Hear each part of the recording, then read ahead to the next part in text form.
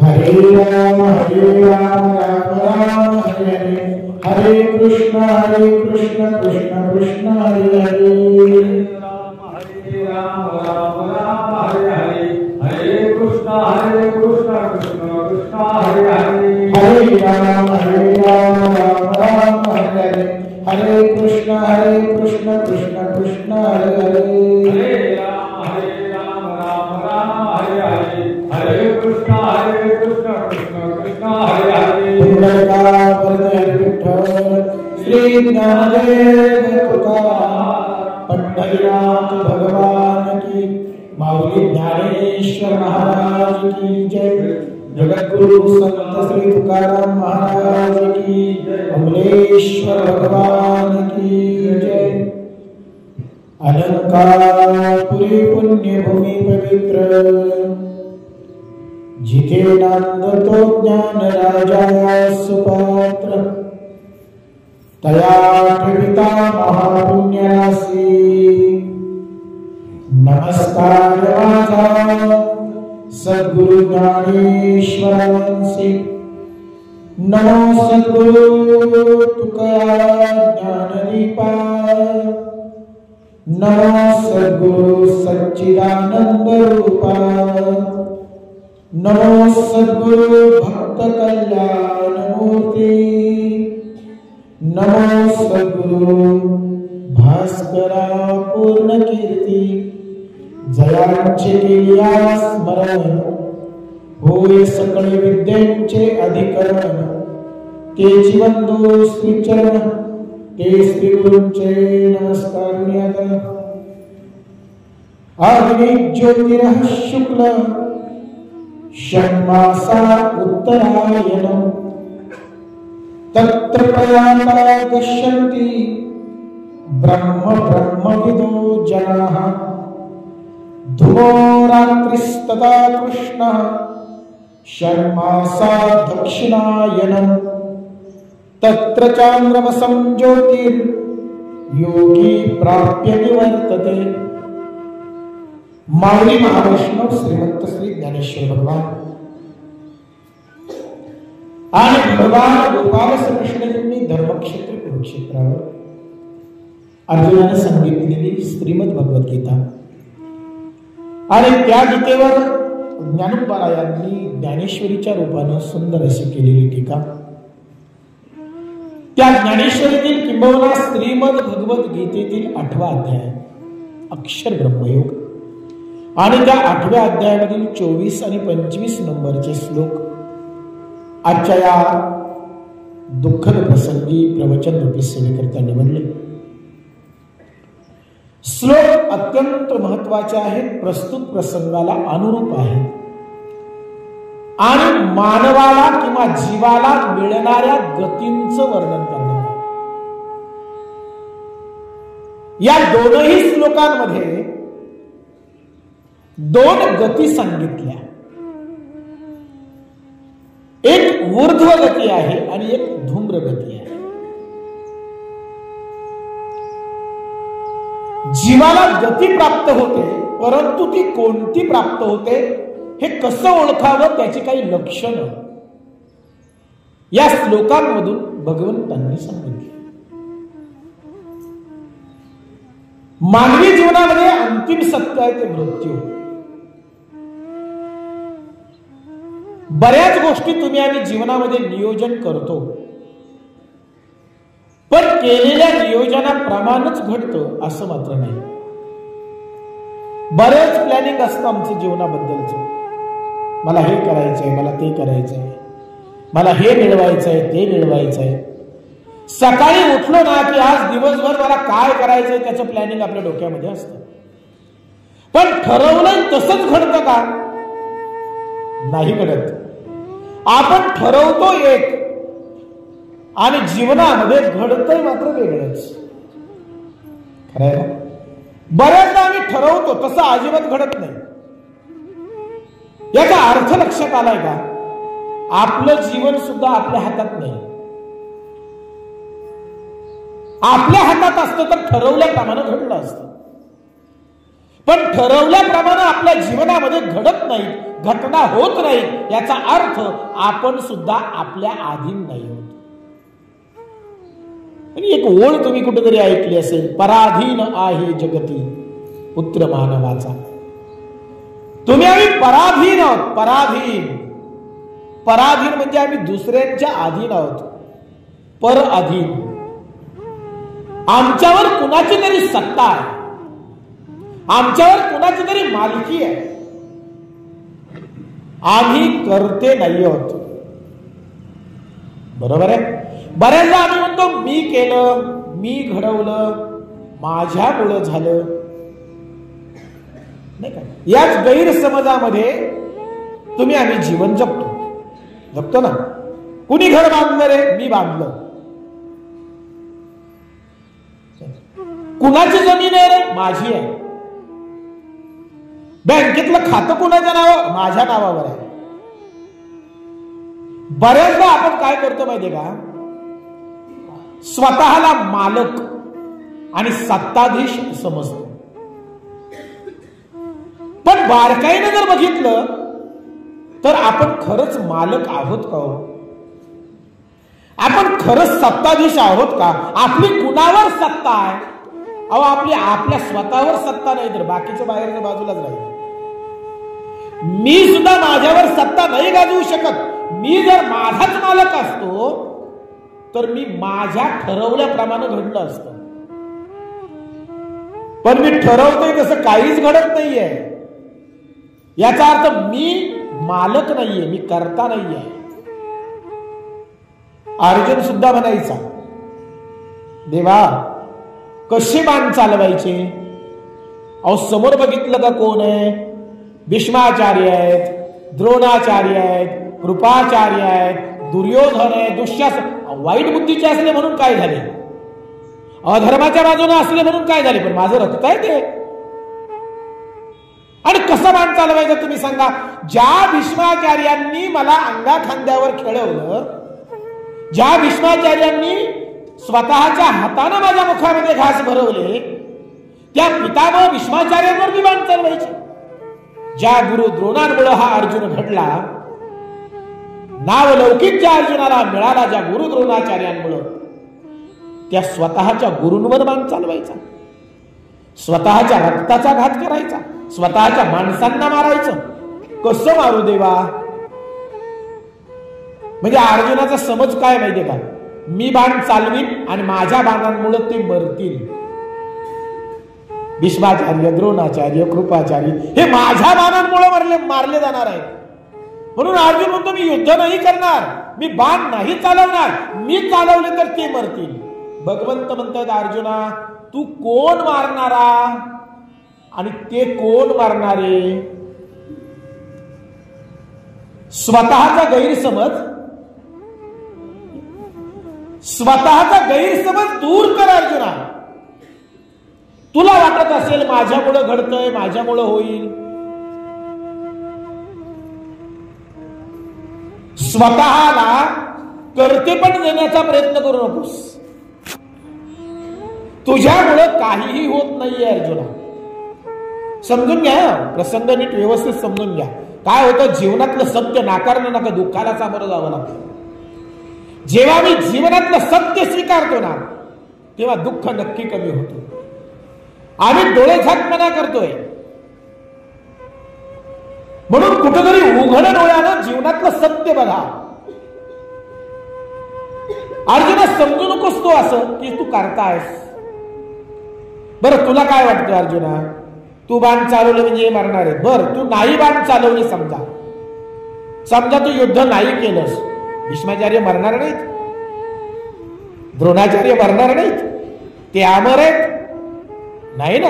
मग आता तू बाण चालव अथवा नको चालव, मृत्यू तर होणारच आहे की नाही?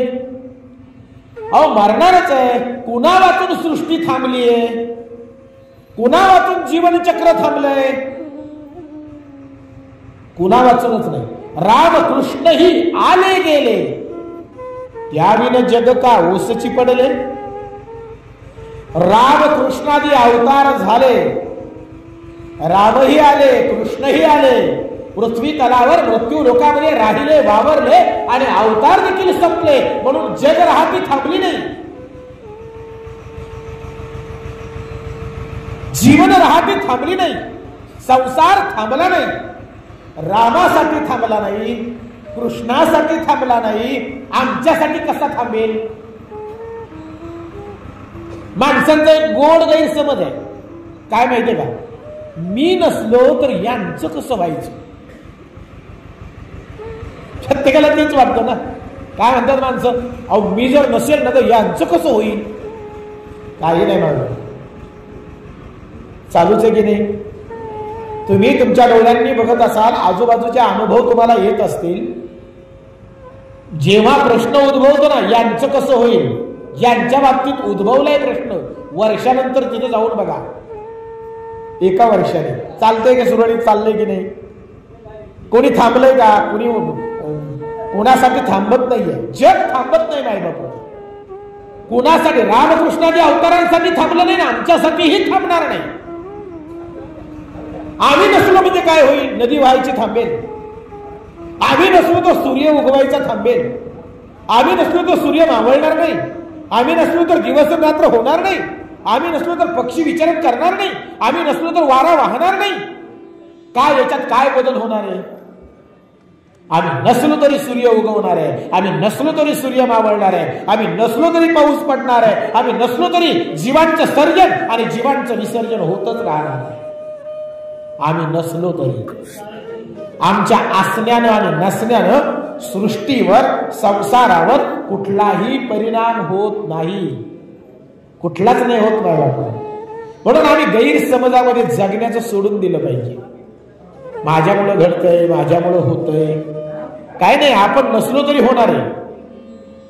आपण नसलो तरी होणार आहे. आपण फक्त त्या घटनेला त्यावेळी निमित्त आहे.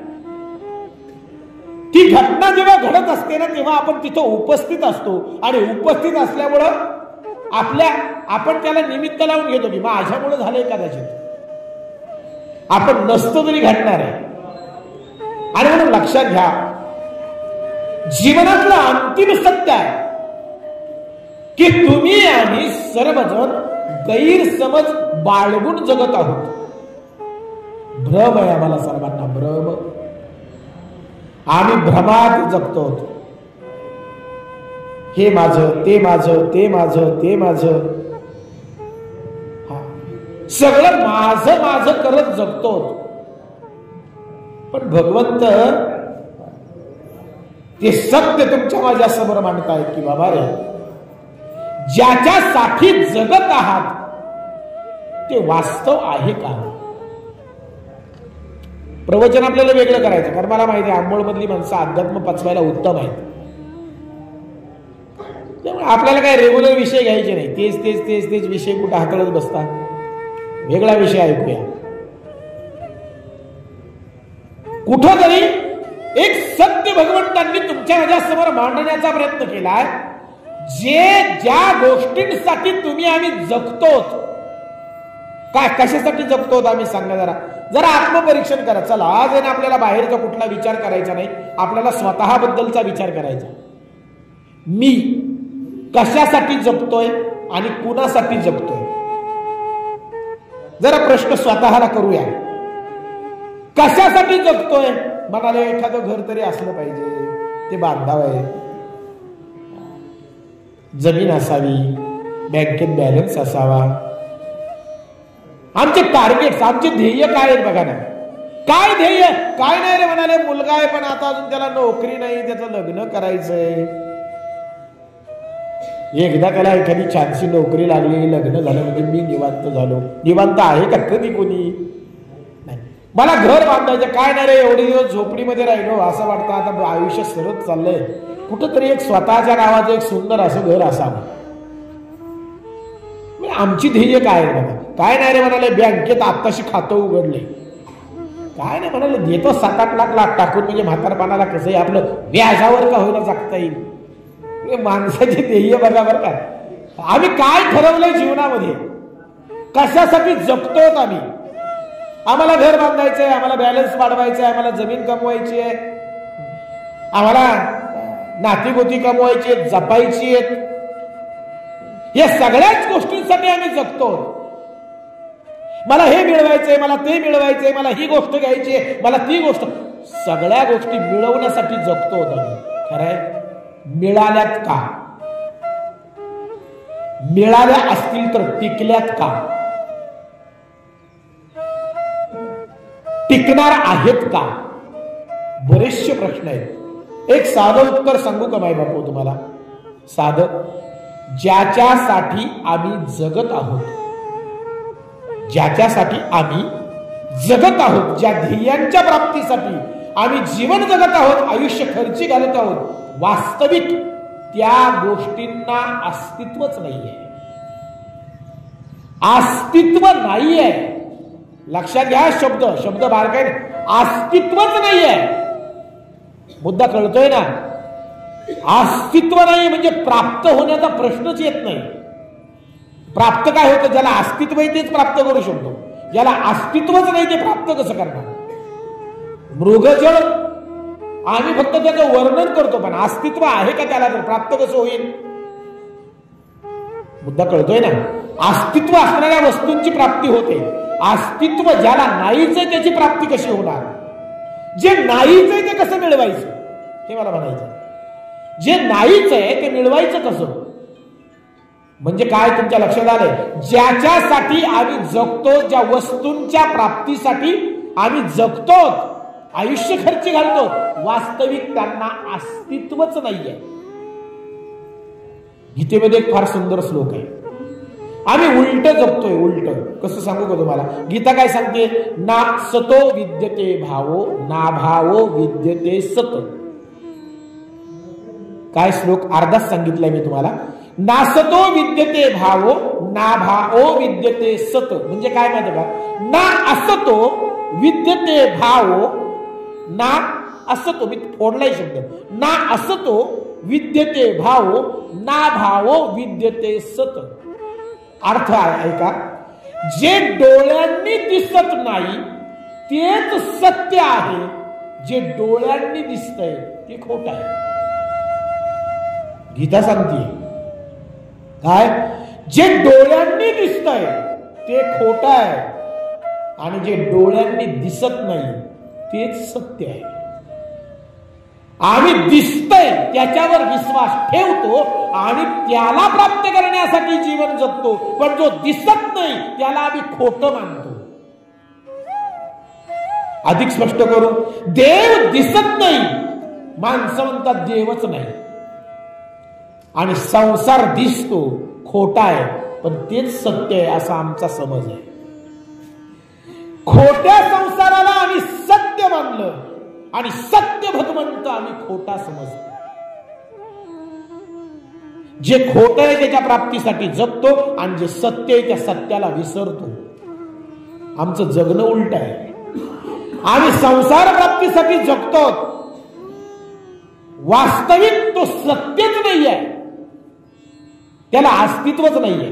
मग माणसं सहज विचार करतील, लौकिकाने विचार करतात माणसं, सहज विचार करतील, म्हणतील महाराज अहो तुम्ही म्हणताय सत्य नाही, मग हे दिसतंय की डोळ्यांनी? आता हे पाहिलं मंदिर आहे, ही माणसं बसली आहेत, ते पाय तिकडे पक्षी उडतायत, पाणी वाहतंय, डोंगर आहेत, दर्या आहेत, सूर्य उगवलाय, संध्याकाळी मावळणार आहे, छानसा वारा सुटलाय, हे सगळं जाणवतंय, सगळं दिसतंय. जीवांचं सर्जन आहे, जीवांचं विसर्जन आहे. माणसं जीव जन्माला येतात, जीव मरतात, जीव विचरण करतात, आचरण करतात, हे सगळं घडताना दिसतंय ना. मग हे खोटं कसं? हे नाही असं तुम्ही म्हणताय, हे कसं? तुलसी रामायणामध्ये भगवान शंभूजींना सुरुवात आहे. तुलसी रामायणाची सुरुवात अशी आहे की भगवान शंभूंना पार्वतीने एक प्रश्न विचारला. त्यांचा संवाद आहे भगवान शंभूंचा आणि पार्वती मातेचा. त्या संवादामध्ये पार्वती मातेने एक प्रश्न विचारलाय भगवान शंभूंना, भगवान जी जगत क्या है? जगत क्या है? भगवान शंभूंचं दोनच शब्दात उत्तर आहे, उमा जगत मिथ्या. काय शब्द आहे? जगताच्या बाबतीत भगवान शंभू काय म्हणतात? जगत मिथ्या. मिथ्या म्हणजे काय कळलं ना? खोट खोट. भगवान शंभूजी म्हणतायत जगत खोटा आहे. पार्वतीला जसा आम्हाला प्रश्न पडतो तसा पार्वतीलाही पडला. आणि पार्वती मातेने विचारलं, भगवानजी जगत खोटं कसं? दिसतंय डोळ्यांनी, त्याला अस्तित्व जाणवतंय, व्यवहार होत आहेत, जीवांचं विचरण होत आहे, मग खोटं कसं म्हणायचं?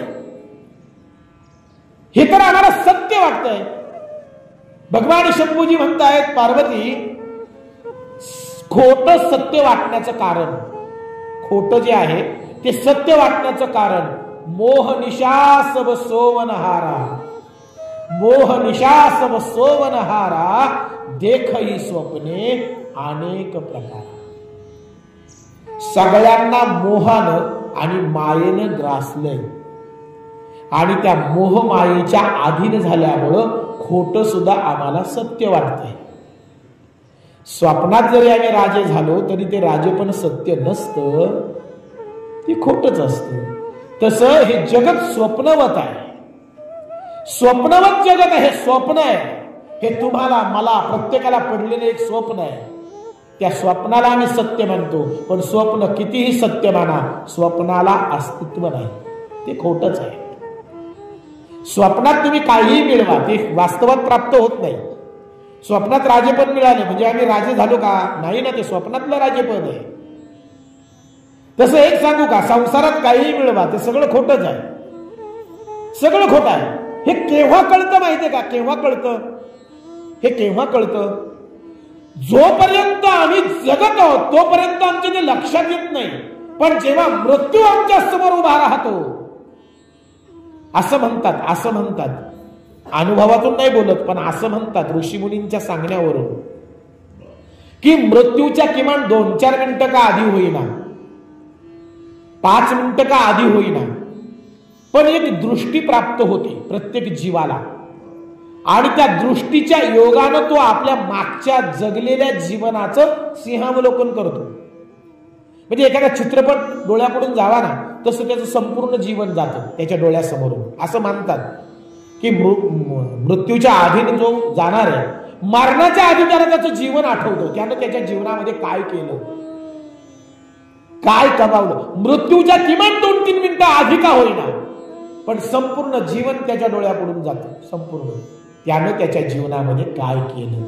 आणि जेव्हा हे सिंहावलोकन होतं, तो त्याच्या जीवनाकडे डोकावतो आणि उत्तर जेव्हा 0 येतं, काहीच नाही. 70 वर्ष मिळालं, 80 वर्ष मिळालं, पण फक्त वस्तू कमवण्यात गमावलं. वस्तू, फक्त वस्तू कमावण्यात गमावलं, ज्या काहीच आमच्या झाल्या नाही, मिळाल्या नाही. जेव्हा काहीच नाही हे उत्तर आमच्या समोर उभं राहतं ना, तेव्हा पश्चाताप आणि दुःखाशिवाय आमच्या हातात काही शिल्लक राहत नाही. नाही म्हणतो काहीच नाही. सत्य तेव्हा कळतं. पार्वतीने विचारलं, भगवानजी जगत झूठ है, मिथ्या है, तो सत्य क्या है? सत्य काय आहे? मग जर जगत खोटा आहे तर सत्य काय? भगवान शंभूजी म्हणतायत, उमा कहू मैं अनुभव अपना, सत्य हरिभजन जगत सब स्वप्न. सत्य हरिभजन, सत्य फक्त भगवंत आहे, सत्य फक्त हरीचं भजन आहे, बाकी सब झूठ आहे. हे आम्हालाही कळतं, पण केव्हा माहितीये का? 4 जणांच्या खांद्यावर आला की मग माणसं म्हणतात राम नाम, राम नाम सत्य है. केव्हा? खांद्यावर आल्यावर. एक सांगू, एक वाक्य, जीवन जगत असतानाच रामनामाची सत्यता जर कळली ना, तर मेल्यानंतर राम नाम सत्य है म्हणण्याची सुद्धा गरज नाही. लक्षात ठेवा, राम नाम हेच सत्य आहे, नामस्मरणच सत्य आहे, भगवंतच सत्य आहे. सत्यम शिवम सुंदर, भगवान जी सत्य आहे. या विश्वाला चालक जो आहे, करताय तो सत्य आहे. शरीर पडणारच आहे, शरीर मरणारच आहे, अस्तित्वहीन आहे. बारकाई नाही का? मी जीवनातलं सत्य सांगतोय. तुम्हाला वाटतं का संसार सत्य आहे? तुमचा चला, तुम्हाला मी तुमच्याकडून जो उत्तर घेतो, तुमचं काय मत आहे? हे दिसतंय हे खरं आहे की खोटं आहे? आता तुम्ही म्हणाल नाही, महाराजांना खरं म्हणावं तर ते आपल्याला काहीतरी, मग आता खोटच म्हणू, रेटून म्हणू. नाही नाही, आपला अनुभव काय, आतापर्यंत आपण जगतो, आपला अनुभव काय, आपण काय समजत आलोय, खोट सत्यच आहे, हे सगळं सत्य आहे. घर सत्य, जमीन सत्य, पैसा सत्य, नातीगोती सत्य, सगळं सत्यच आहे, हे खरंच आहे. त्याच्यासाठी तर आतापर्यंत जगलोय, बरोबर आहे ना. पण अध्यात्म काय सांगताय, संतांचा अनुभव काय सांगतोय, हे खोट आहे. सिद्ध करून दाखवतो तुम्हाला, सिद्ध, हे खोट आहे ते. तुम्हीच उत्तर द्या. शून्य आहे का हो?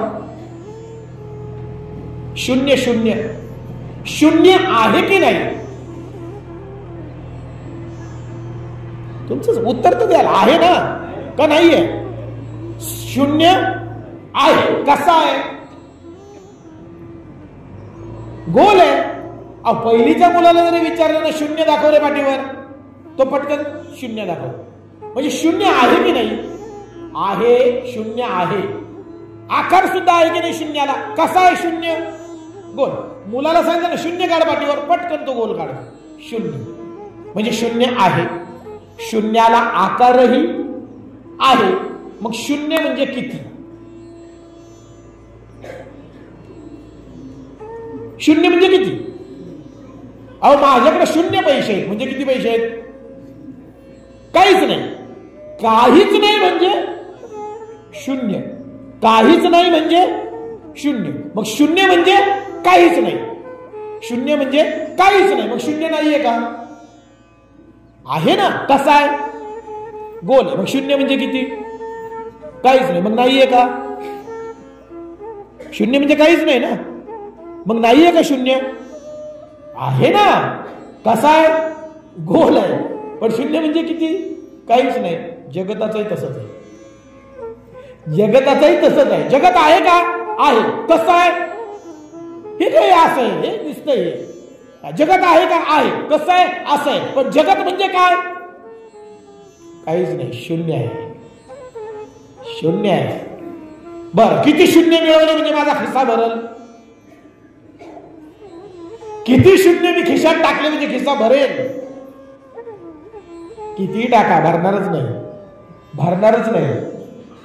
शून्याची किती वेळा बेरीज केली म्हणजे मग माझ्याकडे भरपूर साठा होईल? शून्य अधिक शून्य उत्तर.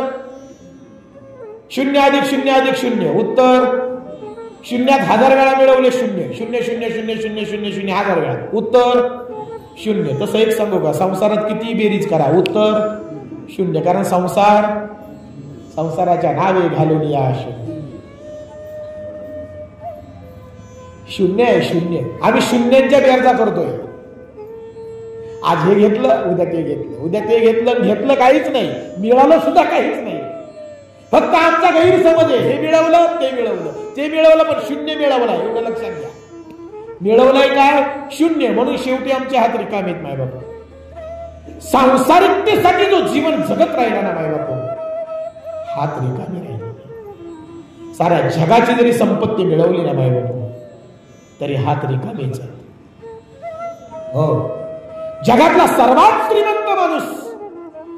श्रीमंत माणूस साऱ्या जगाची संपत्ती त्याच्या पायाजवळ आहे. मृत्यू समोर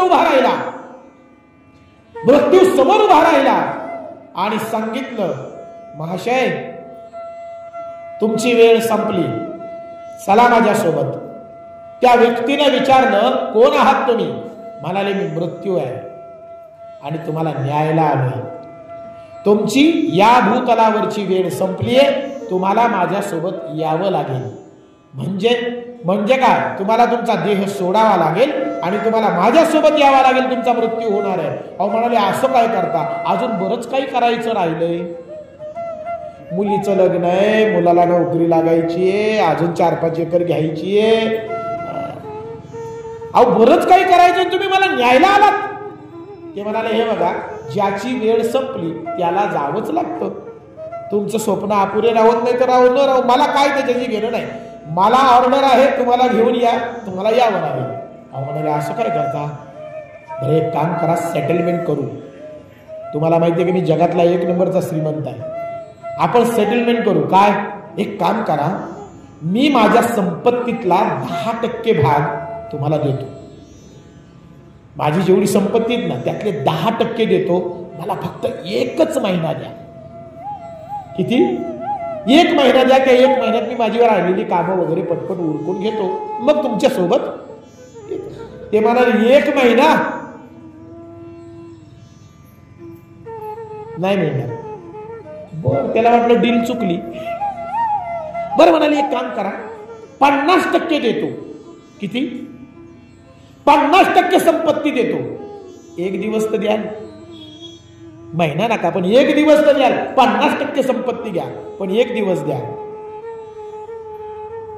ते म्हणाले नाही मिळणार. किती टक्के संपत्ती द्यायला तयार आहे? आणि जगात 1 नंबरचा श्रीमंत आहे. 50% देतो, 1 दिवस द्या. म्हणाले नाही जमणार. बरं म्हणाले एक काम करा, आता फायनल कडे येतोच. 75% संपत्ती घ्या पण एखादा तास तर द्या. किती? 1 तास तर द्या. 50%, 75% संपत्ती घ्या माझी. नाही जमणार. ठीक आहे म्हणाले, तुम्ही ऐकायलाच तयार नाही. असं करा, आखीच घ्या, फक्त 1 मिनिट द्या. आखीच घ्या पण 1 मिनिट तर द्या. नाही म्हणाले, जगातली सारी संपत्ती जरी माझ्या पायावर ओतलीस ना बाबा, तरी 1 सेकंद सुद्धा तुला मिळणार नाही. 1 सेकंद नाही मिळणार. मग त्याच्या लक्षात आलं की अख्खं आयुष्य ही संपत्ती जमा करण्यासाठी मी गमावलं, पण ती संपत्ती अंतकाळी माझ्या उपयोगी पडली नाही. कशासाठी जगतो होता मी? नेमकं काय करायचंय, काय मिळवायचंय आम्हाला? का परमेश्वराने आम्हाला हा नरदेह दिला? कशासाठी आम्हाला जन्माला घातलंय? पैसा कमवायला, जमिनी कमवायला? कशासाठी आमचा जन्म? का आम्ही कधी विचारलंय का हो स्वतःला? कधी आम्ही असं निवांत बसून कधीतरी प्रश्न केलाय का आम्ही? काय झाले माहिती का, आजकाल तर सर्रात माणसाचा स्वभावच आहे. स्वभाव आहे माणसाचा. काय माहितीये का, नेहमी तो आहे ना समोर बघून जगतो आणि समोर बोट करून जगतो. समोर बघून जगतो आणि समोर बोट करून जगतो. त्याचं बोट कायम समोर आहे. ह्यानं असं केलं, त्यानं तसं केलं. तो असा वागला, तो तसा वागला. खरंय ना? कधीतरी बोट आपल्याकडे झालंय का? मी कसा जगतोय, मी कसा वागतोय, माझं येणं का झालंय, की उगीच विनाकारण जन्माला आलोय? काहीतरी उद्देश असेल ना परमेश्वराचा. त्या ईश्वरानं आम्हाला या भूतलावर माणूस म्हणून जन्माला घातलंय, तर काहीतरी उद्देश, काहीतरी कारणानं त्यानं पाठवलं असेल. ते कारण कधी शोधण्याचा प्रयत्न केलाय का आम्ही? नको त्या गोष्टींच्या मागे आम्ही धावतोय आणि मिळालेलं अनमोल, सुंदर आणि मौल्यवान आयुष्य आणि देह गमावतोय. नाही म्हातारं होत चाललंय, आयुष्य संपत चाललंय. कुठेतरी एक सुंदर ओळी मी ऐकल्या होत्या, तुम्हाला ऐकवतो म्हणतो. संतांच्या ओळ नाही, एका कवीच्या ओळी आहेत, पण ओळी फार सुंदर आहे. यू गाफिल न समजा था, दिया था तन रतन तुझको. अर्थही सांगतो. उर्दू शायर आहे, उर्दू कवी आहे, त्याच्या या ओळी आहेत. यू गाफिल न समजा था, दिया था तन रतन तुझको, मिलाया खाक में तूने, ए सजन क्या कहूं तुझको. ओळी सुंदर आहे. यू गाफिल, गाफिल हा उर्दू शब्द आहे. गाफिल म्हणजे बेसावध. यू गाफिल न समजा था, मला वाटलं नव्हतं एवढा बेसावध, बेजबाबदार वागशील. यू गाफिल न समजा था, दिया था तन रतन तुझको. रत्नासारखं, तन म्हणजे शरीर, रत्नासारखं मौल्यवान शरीर तुला दिलं. मला वाटलं नव्हतं तू एवढा गाफिल आणि बेजबाबदार वागशील. मिलाया खाक में तूने, राख करून टाकलीस ना. मिलाया खाक में तूने, ए सजन क्या कहूं तुझको. पश्चाताप झाला ईश्वराला की दिलंय कशासाठी, वापरतोय कशासाठी.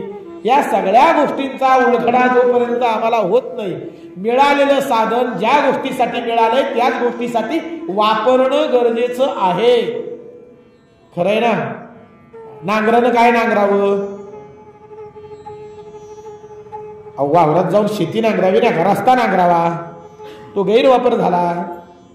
साधनाचा गैरवापर झाला की साधनाचं नुकसान आहे.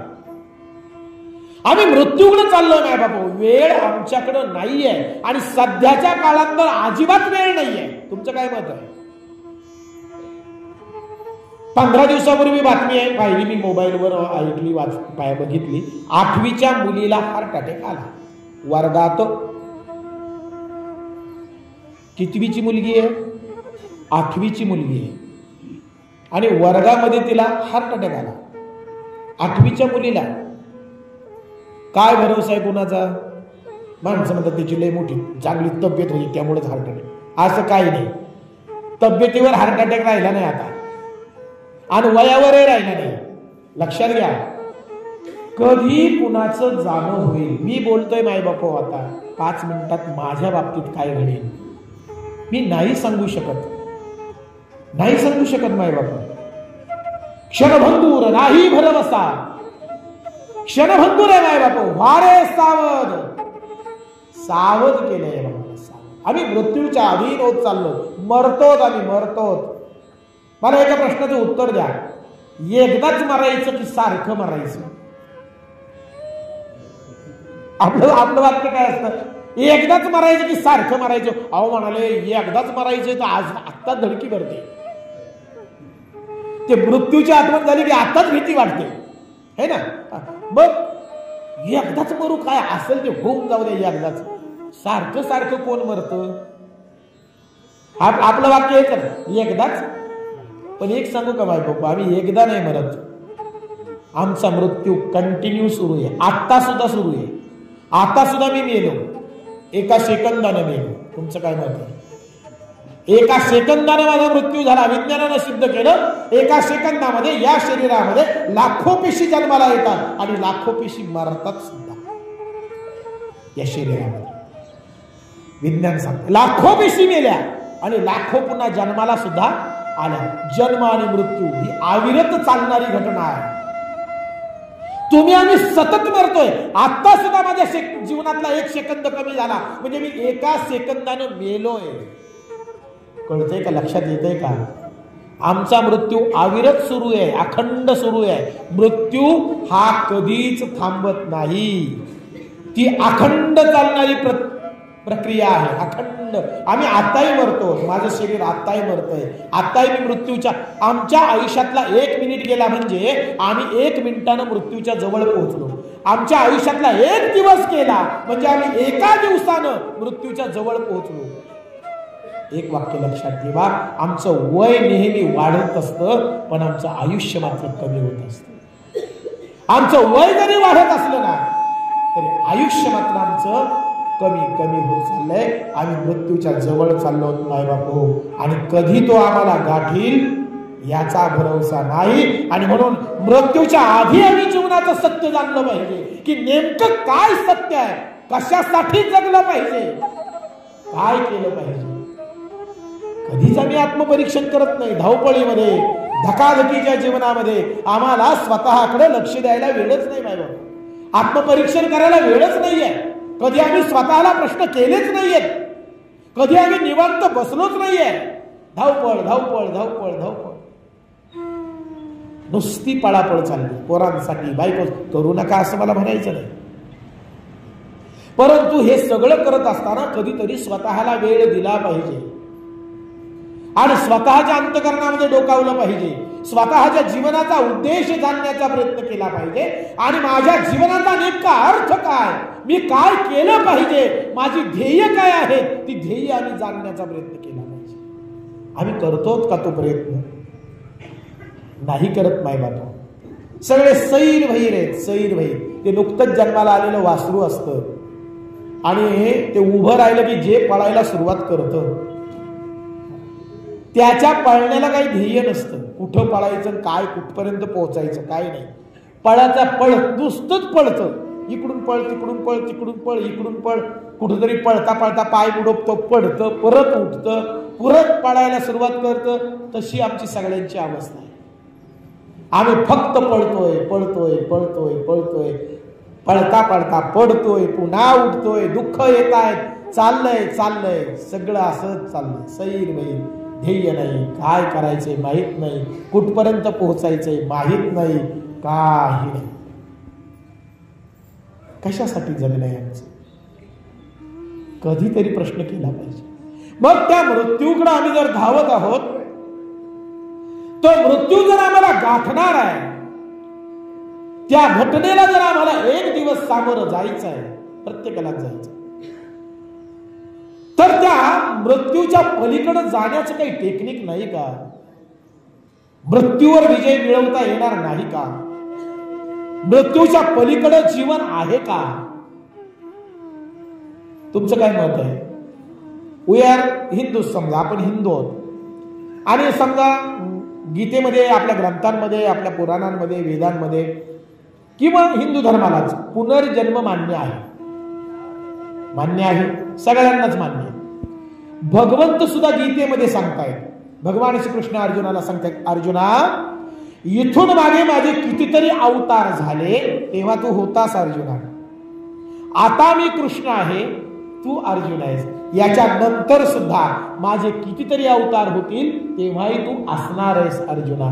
याचा अर्थ कळला की भगवंत सांगतायत, तुला स्मरण नसेल कदाचित, पण मला माहित आहे, इथून मागे माझे अवतार झाले तेव्हा तू होतास, आताही आहेस, इथून पुढे राहणार आहेस. आमच्याही बाबतीत तेच आहे. इथून मागे आम्ही कितीतरी जन्म भोगून आलो, आता या देहामध्ये आहोत, आणि हा देह पडल्यानंतर सुद्धा आम्हाला कुठेतरी नवीन जीवन प्राप्त होणार आहे. जीवन अखंड चालू आहे. लक्षात घ्या, आयुष्य संपेल, जीवन कधीच संपत नाही. जीवन हे अखंड सुरू आहे. मृत्यूनंतर सुद्धा जीवन प्रक्रिया सुरूच आहे. म्हणून तर गीतेमध्ये सांगितलं, नैनम छिंदन्ति शस्त्राणि नैनम दहति पावकः न चैनम क्लेदयन्त्यापो न शोषयति मारुतः. म्हणून तर सांगितलं की मग जीर्ण वस्त्र सांडीजे आणि नूतन वस्त्र वेळीचे. जुनं वस्त्र टाकावं आणि नवीन वस्त्र परिधान करावं. त्याचप्रमाणे हा आत्मा जुनं झालेलं शरीर टाकतो आणि नवीन शरीर परिधान करतो. मग मृत्यू कुणाचा झाला? मृत्यू देहाचा झाला. आत्मतत्व कधीच मृत्यूच्या अधीन होत नाही. अव्यक्तो यमदाह्यो यमविकार्यो यमुच्यते. आत्म्याचं वर्णन. आणि म्हणून जीवन हे अखंड प्रवाहित आहे. मृत्यू फक्त आणि फक्त देहाचा.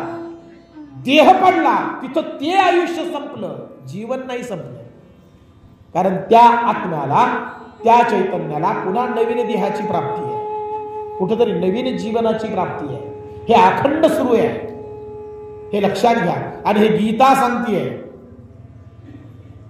म्हणून जेव्हा आम्ही मृत्यूला सामोरे जाणारच आहोत आणि मृत्यू जर होणारच आहे, आम्ही कधी त्याच्यावर मात करू शकतो का? मृत्यूवर, मृत्यू या घटनेला कधी टाळू शकतो का? बर, आपलं म्हणणं आहे नाही. चांगदेवाच्या बाबतीत जर बघितलं तर या नियमाला आपोआप ठरला चांगदेव. नंतर मुक्ताईने उपदेश केल्यानंतर चांगदेव महाराजांनी समाधी घेतली, इथपर्यंत ठीक आहे. पण जेव्हा समाधी घेतली तेव्हा त्यांचं वय होतं 1400 वर्षांचं. 1400 वर्षांचं. उत्तर प्रदेशामध्ये देवराह नावाचे बाबा होते, तेही समाधीस्थ झाले. ते देवराह बाबांचं वय सांगितलं जातं 5500 वर्ष. तुम्ही एकदा युट्यूबवर देवराह बाबा म्हणून सर्च करा, तुमच्या लक्षात येईल. फार मोठे मोठे नेते त्यांच्या, म्हणजे त्यांनी आता समाधीस्थ झाले. ते 5500 वर्षांचं आयुष्य. तुम्हाला माहितीये का, आजही हिमालयामध्ये, आजही लौकिकापासून, संसारापासून, समाज जीवनापासून दूर कुठंतरी एकांतात बर्फामध्ये, गुफेमध्ये आजही कितीतरी साधू त्या ठिकाणी तपश्चर्येला बसलेले आहेत. त्यांचं वयाचा अनुमान नाही लागत. आता 2-3, मला वाटतं आता कुंभमेळा होईल, नाशिकलाच आहे कुंभमेळा. आता त्या मागच्या कुंभमेळ्यामध्ये एक साधू मी बघितले, सत्य सांगतोय, अगदी डोळ्यांनी बघितले. त्या साधूंची चांदीच्या रथामध्ये मिरवणूक काढली होती. चांदीच्या रथामध्ये वरून हेलिकॉप्टरनं त्यांच्यावर फुलं टाकली जात होती. सगळ्या आखाड्याचे जे साधू आहेत बाकीचे, ते त्यांच्यासमोर कुणी नाचत होतं, कुणी जय जयकार करत होतं. मिरवणूक निघाली होती त्यांची चांदीच्या रथामध्ये.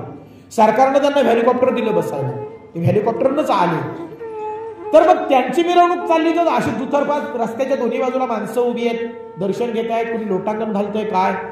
तर एक उत्सुकतेपोटी मी विचारलं आजूबाजूला थोडंसं माणसांना, म्हटलं कोण आहेत एवढे मोठे साधू नाही का, म्हणजे एवढी माणसं किंवा एवढे सगळे आखाड्याचे साधू त्यांच्यासमोर एवढं जय जयकार करतायत, लोटांगण घालतायत, काय नेमकं चांदीच्या रथात मिरवणूक काढली, हेलिकॉप्टर त्यांच्यावर फुलं टाकले जात आहेत, कोण आहेत हे?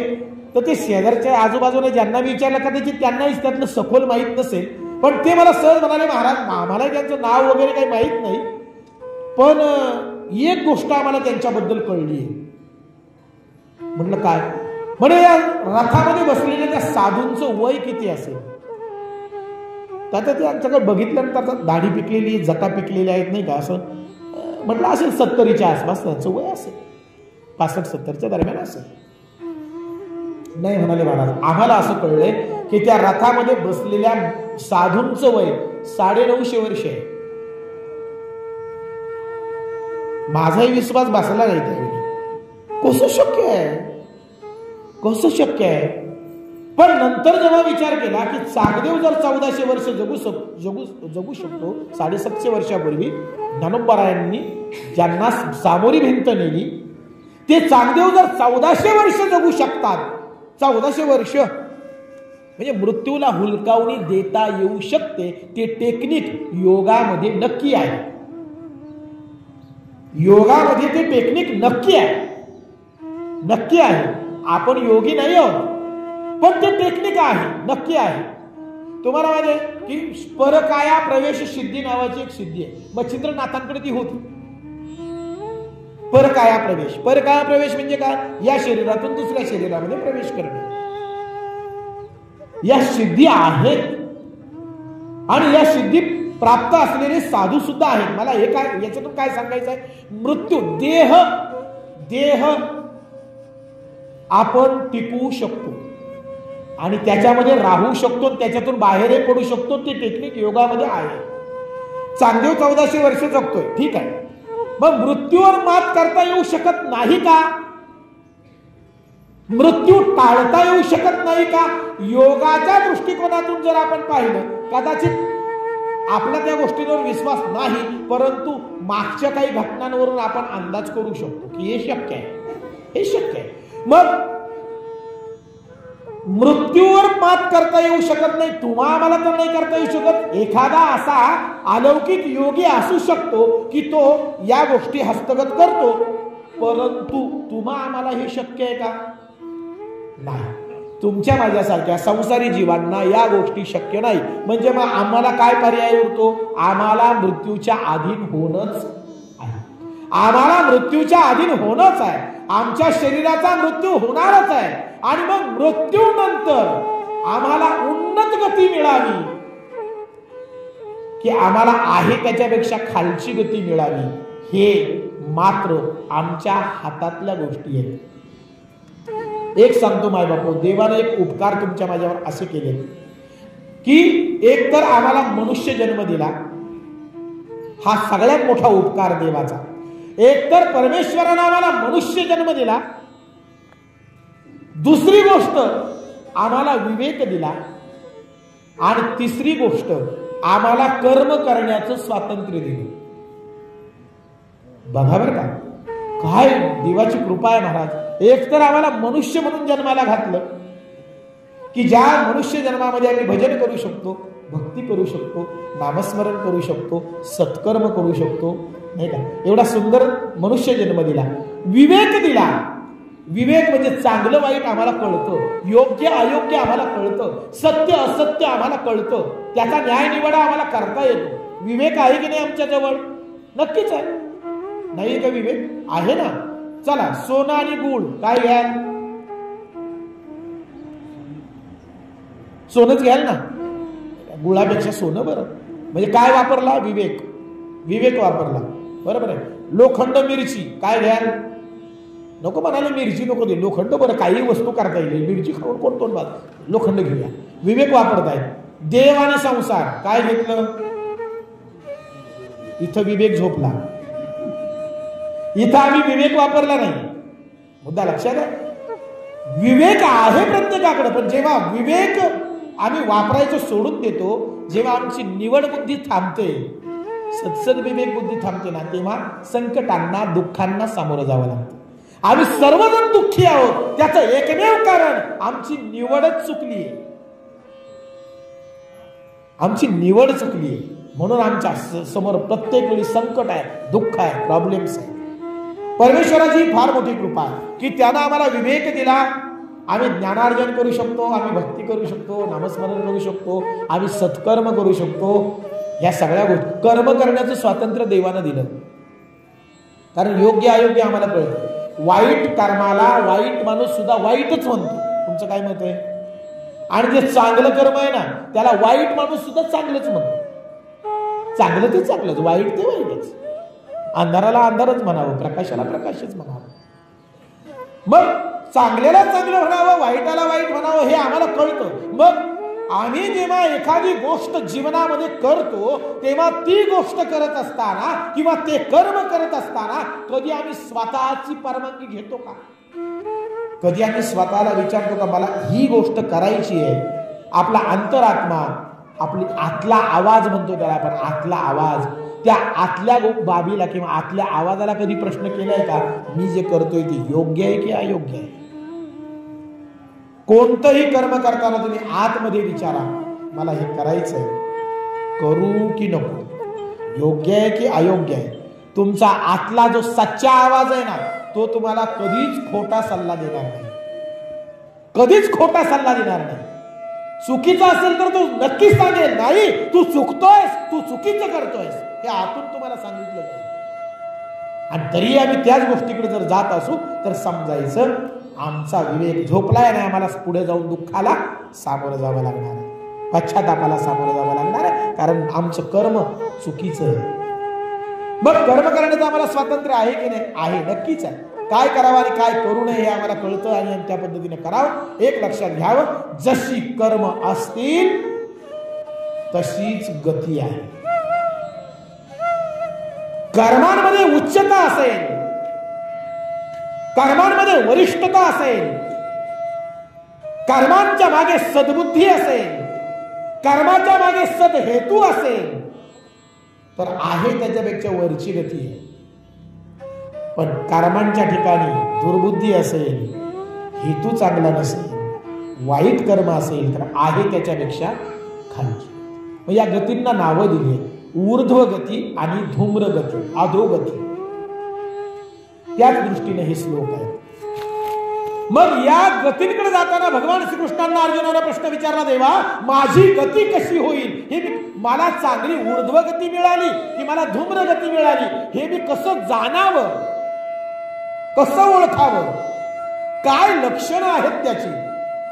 तेव्हा भगवंतांनी अर्जुनाला सहजच सांगितलं की अर्जुना अग्नि ज्योतिरः शुक्ल षण्मासा उत्तरायणम तत्र प्रयाता गच्छन्ति ब्रह्म ब्रह्मविदो जनाः.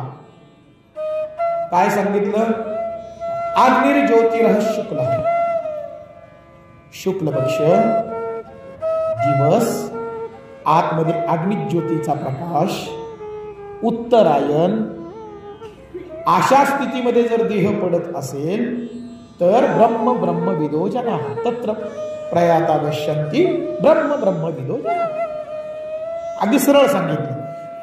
देह जर शुक्ल पक्षामध्ये दिवसा, उत्तरायणापैकी 6 महिने असतात ना उत्तरायणाचे, त्याच्यापैकी कोणताही 1 महिना, अशा स्थितीत जर देह पडला तर ब्रह्म ब्रह्मविदो जनाः. तुम्हाला माहिती आहे भीष्माचार्य सुद्धा शरपंजरी पडले परंतु त्यांनी लगेच मृत्यू स्वीकारला नाही. त्यांना तर इच्छामरण आहे पितामह भीष्माचार्यांना, पण त्यांनी लगेच मृत्यूचा स्वीकार नाही केला. ते थांबले. का थांबले माहिती का? ते उत्तरायणाची वाट बघत होते. त्यांना त्यांचा देह हा उत्तरायणामध्ये ठेवायचा होता म्हणून त्यांनी मृत्यू लगेच स्वीकारला नाही भीष्माचार्यांनी. उत्तरायणाला तेवढं महत्व आहे.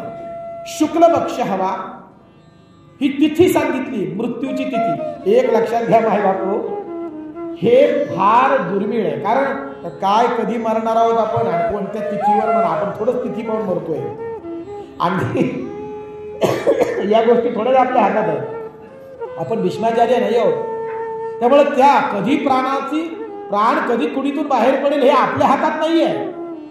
परंतु कर्म जर सत्कर्म असतील, जीवनामध्ये जर सत्कर्म असतील, जीवनामध्ये जर आम्ही जर निर्भेळ आणि शुद्ध जीवन जर जगलेलो असू आणि परमेश्वराच्या कृपेच्या, संतांच्या कृपेच्या अधीन जर जीवन जगलो असू, तर मला वाटतं दुर्गती होण्याचं काही कारण येत नाही.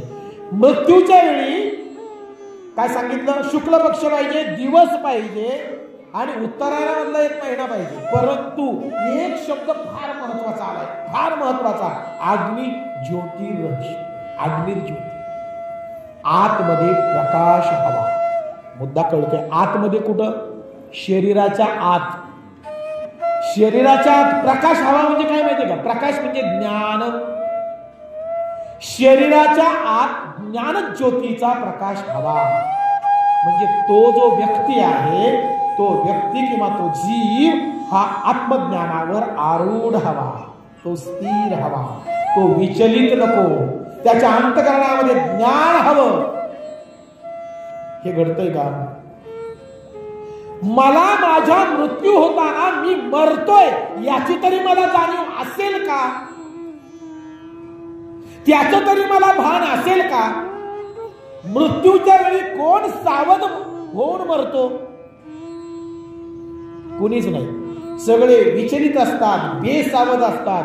बघा ना, माणसं सहज म्हणतात काय नाही काय नाही म्हणतात. अहो त्याची लेक आली पण ओळखलं नाही हो पोरीला, ओळखलं नाही. तो आता त्याच्या लेकीलाही ओळखत नाही आणि तो आता त्याच्या लेकालाही ओळखत नाही, बायकोलाही ओळखत नाही. म्हणजे कळलं का काय? त्याची अवस्था कळली का? त्याची बुद्धी संपली आहे. आता बुद्धीच नाही तर ज्ञान प्रकाशाचा काही प्रश्नच येत नाही महाराज. एक लक्षात घ्या, अंतःकरण स्थिर हवं मृत्यूच्या वेळी. म्हणून परमेश्वराकडं काहीही मागू नका, काहीच मागू नका. आणि सांसारिक तर नकाच मागू. कशासाठी मागायचं?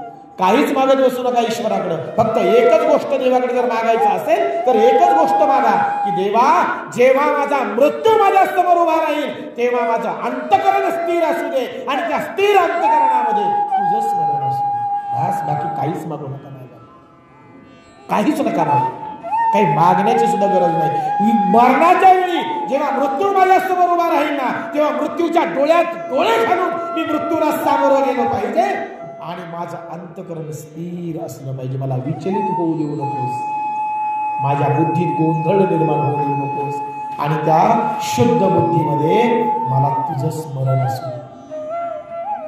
कारण भगवंताचं स्मरण करत जर देह ठेवाल, अंतकालेच मामेव स्मरणं मुक्त्या कलेवरम यप्रयाती समद्भावम याती नाशंत्र संशया यम यम वापि स्मरणं भावम तम त्यजयन्ते कलेवरम तम तमेवंति कौंतेय सदा तद्भाव भाविता मरण समयी जे जया आठवे तो तेच गती ते पावे म्हणून सदा स्मरावे मातेशी.